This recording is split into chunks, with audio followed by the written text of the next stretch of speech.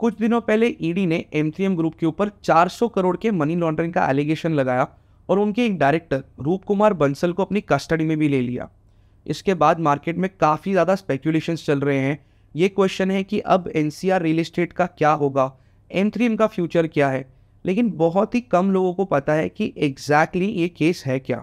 तो आज मैं आपके साथ शेयर करूंगा कि ये एम3एम का मनी लॉन्ड्रिंग केस एग्जैक्टली क्या है, उनके ऊपर क्या एलिगेशंस लगे हैं, उनका क्या कहना है इसके बारे में।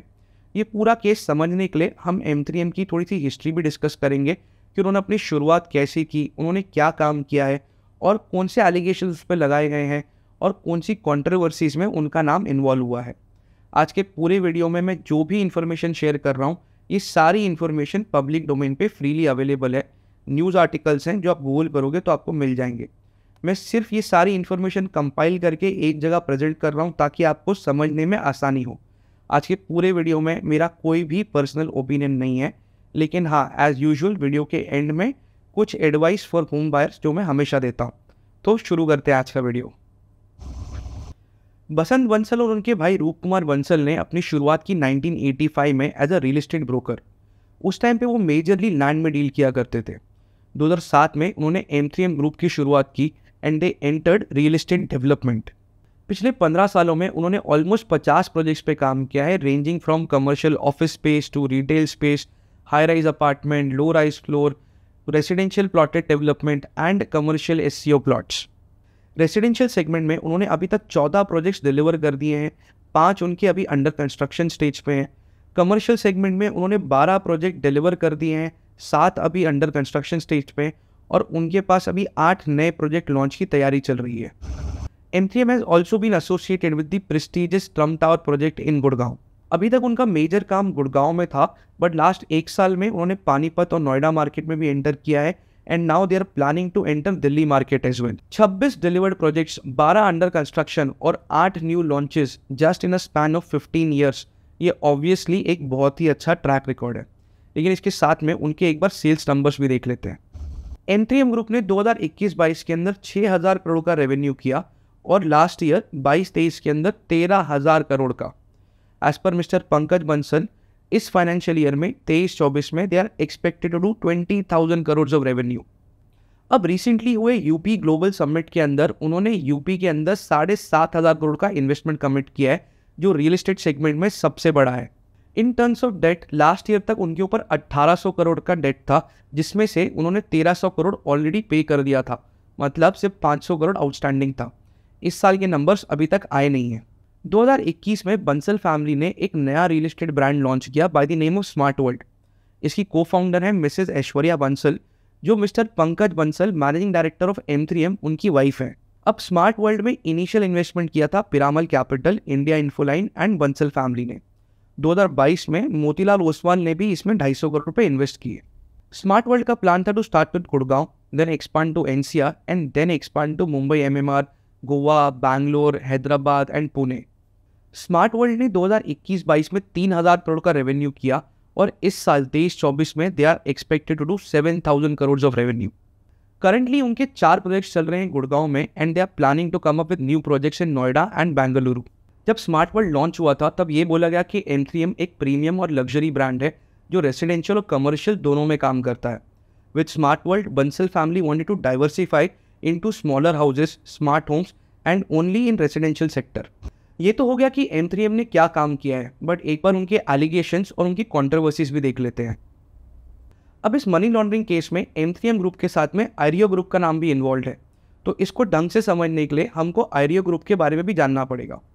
आयरियो group was formed in 2004 by Mr Lalit Goyal and Anurag Bhargava. उस टाइम पे इंडियन रियल एस्टेट मार्केट बहुत ज़्यादा बूम पे थी और कंपनी का ऑब्जेक्टिव बहुत ही सिंपल था, गुड़गांव, दिल्ली और पंजाब के आसपास लैंड एक्वायर करना और उस पर रियल एस्टेट प्रोजेक्ट्स बना के बेचना। अब आयरियो ग्रुप में 1.5 बिलियन डॉलर्स की funding I, majorly from outside India, from very high profile investors and hedge funds. उस टाइम पे जो भी कंपनीज जिनमें फॉरेन फंडिंग इन्वॉल्व थी, उनको इंडिया में लैंड खरीदने पे रिस्ट्रिक्शंस थे। मोर ओवर वो एग्रीकल्चर लैंड तो बिल्कुल भी नहीं खरीद सकते थे। अब इसको लीगली बाईपास करने का एक सिंपल सा तरीका था कि ऐसे डेवलपर्स इंडिया में लैंड ब्रोकर्स या फिर लैंड बाइंग कंपनीज या लैंड ओनिंग कंपनीज के साथ में टाई अप कर सकते थे और उनके थ्रू लैंड खरीद सकते थे। अब इसका प्रोसेस बहुत ही सिंपल था कि एक डेवलपर एक लैंड बाइंग कंपनी को एडवांस या लोन देगा, वो इस पैसों से ज़मीन खरीदेंगे, उसके ऊपर डेवलपमेंट करने के लाइसेंस लेंगे और बाद में ये पूरे राइट्स वो डेवलपर को पास ऑन कर देंगे। अब इस पूरे प्रोसेस के अंदर लैंड बाइंग कंपनी ने जिस भी रेट पे वो ज़मीन खरीदी है उसके ऊपर वो थोड़ा सा मार्कअप ऐड करके उस डेवलपर को बाद में बेच सकता है। अब ये मार्कअप होता है to cover the brokerage charges, commission charges, plus जो लाइसेंस लेना है उसकी फीस, एडमिनिस्ट्रेशन और इंफ्रा के चार्जेस के लिए। अब ये मार्कअप चार्ज यूजुअली 50,000 रुपये से 2 लाख रुपए पर एकड़ के हिसाब से होता था। अब 2004 से 2006 के बीच में बंसल फैमिली ने काफ़ी सारा काम किया with Ireo group for land acquisition. अब बंसल फैमिली ने भिवाड़ी में 78 एकर्स ऑफ लैंड एक्वायर किया फॉर 4 करोड़ रुपीस अपनी एक कंपनी मिस्टी मेडोज के नाम पे। अब इस कंपनी ने ये पूरे डेवलपमेंट राइट्स और लैंड 5 और कंपनीज को बेच दिए टोटल 50 करोड़ रुपए में। ये पांचों कंपनीज भी बंसल फैमिली ही कंट्रोल करती थी। अब इन पांचों कंपनीज ने आगे ये पूरे डेवलपमेंट राइट्स बेचे 10 और कंपनीज को टोटल 400 करोड़ की वैल्यूएशन पे। ये 10 companies were controlled by the Ireo group. तो इस तरीके से ये टोटल लैंड काफ़ी इन्फ्लेटेड प्राइस पे आगे पास ऑन हुआ। अब इंटरेस्टिंगली भिवाड़ी का जो लैंड पार्सल था वो इंडस्ट्रियल यूज़ के लिए था, लेकिन आयरियो का जो अग्रीमेंट था वो था रेजिडेंशियल यूज़ के लिए। प्लस उस अग्रीमेंट में ये भी था कि आयरियो 3 साल के अंदर 78 एकड़ लैंड के ऊपर पूरा डेवलपमेंट करेगा, जो बहुत ही अनरियलिस्टिक है। अब 3 साल में डेवलपमेंट तो बहुत दूर की बात है, बट आयरियो ने कोई आर्किटेक्ट भी हायर नहीं किया, कोई प्रोजेक्ट लॉन्च की अनाउंसमेंट भी नहीं की। इनफैक्ट उन्होंने लैंड की डिमार्केशन भी ढंग से नहीं की। फाइनली उन्होंने 3 साल बाद उस पूरे लैंड पार्सल को राइट ऑफ कर दिया और उसकी वैल्यू 50 करोड़ पे लेके आ गए, और ये लैंड अभी भी बंसल फैमिली ही ओन करती थी। अब ये केस एक्चुअली इतना पुराना हो गया है, तो अब अचानक से 2023 में इस पर कार्रवाई क्यों हुई? अप्रैल 2023 में एंटी करप्शन ब्यूरो ने Haryana judicial officer mister Parmar के अगेंस्ट में एक एफआईआर फाइल की और उनको अक्यूज किया कि उन्होंने आयरियो और M3M ग्रुप को हेल्प किया है ईडी के केस में। उसके बाद में ये पूरा केस फिर से एक्टिव हो गया। ये सारी इन्फॉर्मेशन वो share by mister Ramesh Goyal, जो उस टाइम पे आयरियो के सीईओ हुआ करते थे और आज वो एक विसल ब्लोअर बन गए हैं और ईडी को इस केस में हेल्प कर रहे हैं। ये सारी इन्फॉर्मेशन बहुत सारे न्यूज़पेपर्स में पब्लिश हुई थी, जिनका लिंक मैंने डिस्क्रिप्शन में शेयर भी किया है। एज ऑफ टुडे आयरियो और M3M ग्रुप दोनों ने ही ये सारे एलिगेशंस को डिनाई किया है। इसमें से कौन सही है कौन गलत है, ये तो पूरा केस खत्म होने के बाद ही पता चलेगा। एक दूसरे केस में 2011 में M3M ग्रुप पे इनकम टैक्स की रेड हुई, जिसमें 314 करोड़ अनअकाउंटेड कैश मिला। अब ये भी एक सिमिलर केस था, जहां पे M3M ग्रुप ने गुड़गांव में एक ज़मीन एक्वायर की अपनी एक कंपनी RS इंफ्रास्ट्रक्चर के नाम से, और फिर उस ज़मीन और उसके डेवलपमेंट राइट्स उन्होंने एक दूसरी कंपनी लोवी रियलिटी को बेच दिए। Loewi reality was part of the Religare group. अब रेलीगेयर ग्रुप के ओनर सिंह ब्रदर्स के ऊपर ऑलरेडी काफ़ी सारे केसेस चल रहे हैं और miss appropriation of funds, but M3M के ऊपर सिर्फ कैपिटल गेन्स टैक्स इवेजन का केस था। इस केस के ऊपर मुझे बहुत ज़्यादा लेटेस्ट इन्फॉर्मेशन मिल नहीं पाई, लेकिन जितना मुझे पता है M3M को एक पेनल्टी अमाउंट पे करना पड़ा और उसके बाद में ये केस ख़त्म हो गया। अगर आपको इस केस के बारे में कुछ इन्फॉर्मेशन पता है तो प्लीज़ उसको कमेंट्स में शेयर कीजिए। अब रिसेंटली एक और कंट्रोवर्सी हुई, जहाँ पे यूपी रेरा ने M3M ग्रुप को अक्यूज़ किया कि उन्होंने नोएडा में अपने प्रोजेक्ट का रेरा लाइसेंस आने के पहले ही प्रोजेक्ट की मार्केटिंग शुरू कर दी। अब M3M ग्रुप का कहना है कि उन्होंने कोई भी प्रोजेक्ट की मार्केटिंग शुरू नहीं की, उन्होंने सिर्फ ब्रांड कैंपेन रन किया था एक अवेयरनेस क्रिएट करने के लिए कि नोएडा में M3M ग्रुप आने वाला है। सेम टाइम पे एक दूसरे प्रोजेक्ट के केस में यूपी रेरा ने शो कॉज नोटिस भेजा है इन्वेस्टर क्लिनिक को, जो एक बहुत ही बड़ा चैनल पार्टनर और ब्रोकर है, कि उन्होंने M3M का एक प्रोजेक्ट के लाइसेंस आने के पहले ही उसकी मार्केटिंग शुरू कर दी। अब ये दोनों ही केसेस यूपी रेरा में डिस्कशन के लिए पेंडिंग है, और इसमें बिल्डर गलत है या ब्रोकर गलत है या फिर दोनों में से कोई भी गलत नहीं है, ये तो पूरा केस की हियरिंग खत्म होने के बाद ही पता चलेगा। अब द्वारका एक्सप्रेसवे पे M3M का एक प्रोजेक्ट है बाय द नेम ऑफ वुडशायर, जहाँ के रेसिडेंट्स ने काफ़ी कंप्लेंट की थी कि इस प्रोजेक्ट की कंस्ट्रक्शन क्वालिटी बहुत ज़्यादा अच्छी नहीं है। जब चिंतल्स की बिल्डिंग गिरी उसके अंदर 15 प्रोजेक्ट्स का ऑडिट करने का ऑर्डर आया, जिसके अंदर M3M वुडशायर भी इंक्लूडेड था। लेकिन स्ट्रक्चरल ऑडिट करने के बाद में ये पता चला कि इस बिल्डिंग में कोई भी मेजर इशू नहीं है, जो भी थोड़े बहुत इश्यूज है वो रिपेयर करके ठीक हो जाएंगे।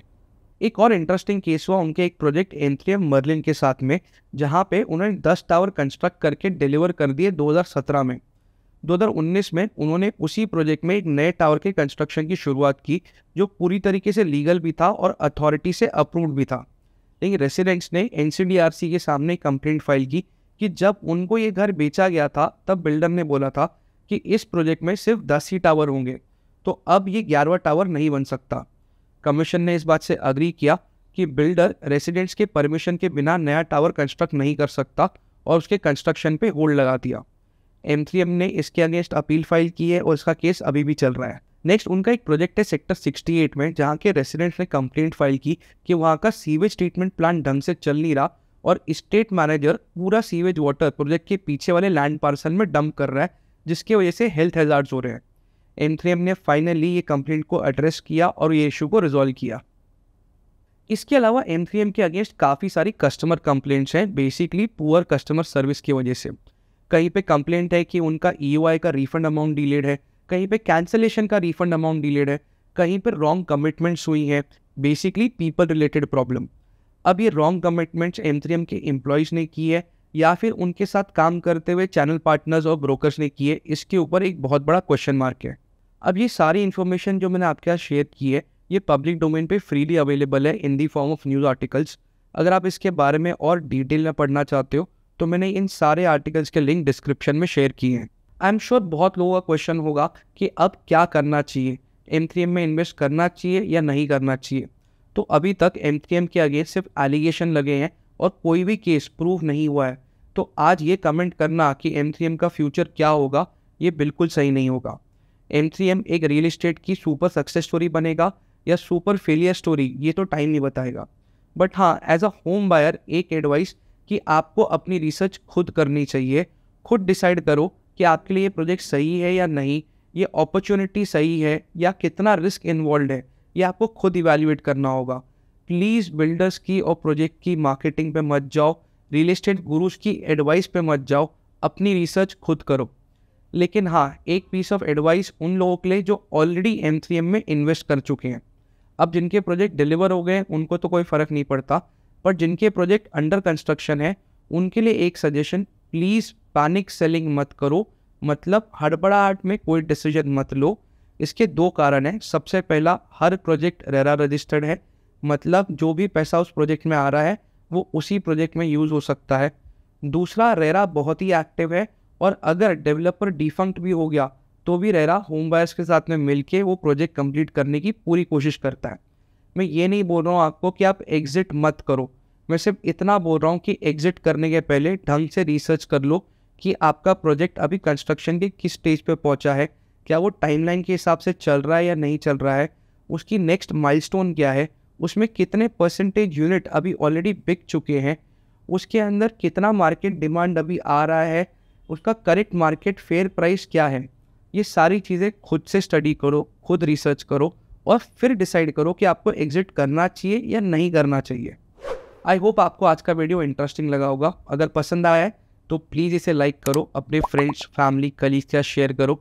और अगर आप रियल एस्टेट के बारे में और जानना चाहते हो, अगर आप ये सीखना चाहते हो कि कैसे प्रॉपर्टी की रिसर्च होती है, कैसे शॉर्टलिस्ट करते हैं, क्या प्रोसेस इन्वॉल्व होता है, तो मेरे चैनल को प्लीज़ सब्सक्राइब कर लो, क्योंकि मैं इसी तरीके से रियल एस्टेट के हर एस्पेक्ट को कवर करता रहूँगा और इंश्योर करूँगा कि आप तक रियल एस्टेट की सही इन्फॉर्मेशन पहुँच सके। That's all for today, signing off. I am Rohan Bhardwaj. Take care, have fun.